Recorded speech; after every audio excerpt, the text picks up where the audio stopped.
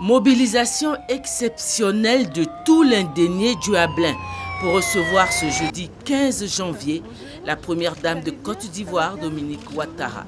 Depuis Adzopé, les populations sont sorties massivement, obligeant le cortège de la première dame à faire une escale. Une seconde escale a coupé devant la ferveur des populations de cette localité. Puis une troisième escale a Anéassué. C'est à la tombée du jour que le cortège est arrivé à Abengourou. L'état défectueux de la route et les travaux encore inachevés de la nouvelle voie en construction, tous ces facteurs n'ont pas réussi à décourager la détermination de la première dame. De même, les populations d'Abengourou, sorties massivement, demeuraient mobilisées malgré la longue attente et la tombée du jour pour dire Akouaba à la première dame Dominique Ouattara.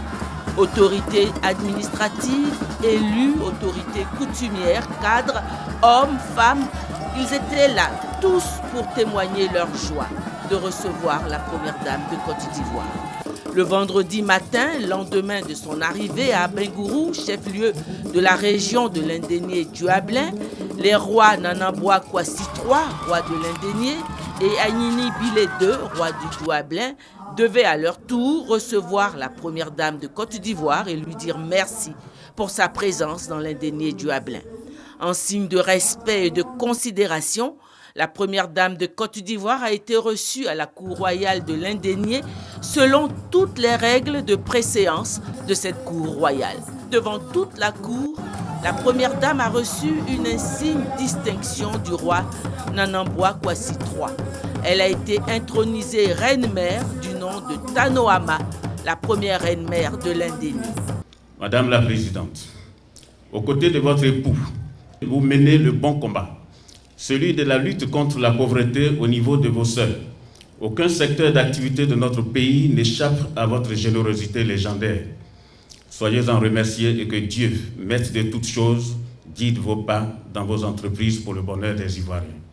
Dans l'imagerie populaire des Indéniens, nous disons que derrière un grand roi se trouve une grande mère. Madame la Présidente,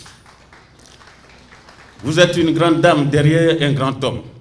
En votre qualité de premier soutien et de première conseillère discrète de votre cher époux, tout comme la reine-mère aux côtés du roi, Sa Majesté Nanamboa Kwasi III vous prie d'accepter au nom du royaume de l'Indénié le nom de Tano Ama, première reine-mère qui a contribué à la création, à l'épanouissement et au rayonnement du royaume qui a le grand plaisir de vous accueillir ce jour. Veuillez accepter les attributs qui accompagnent votre nouveau nom. Désormais reine-mère de l'Indénié, la première dame de Côte d'Ivoire a fait un tour d'honneur paré de ses attributs royaux. Son porte-parole a traduit au roi et à sa cour toute sa gratitude. Un échange de cadeaux a couronné cette cérémonie. La cour royale de l'Indénié a offert à sa reine-mère Tanoama plusieurs cadeaux, dont un siège royal et les attributs qui l'accompagnent, ainsi que 2 tableaux d'art.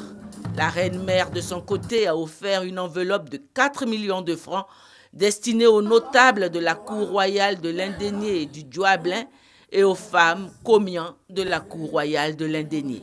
Cette cérémonie terminée, toute la cour royale de l'Indénié, avec en tête les rois Nanamboa Kwasi III et Agnini Bilé II du Djuablin, devait se rendre au stade Henri Konan Bédié pour la grande rencontre que devait avoir la première dame de Côte d'Ivoire avec les femmes et l'ensemble des populations de l'Indénié Djuablin.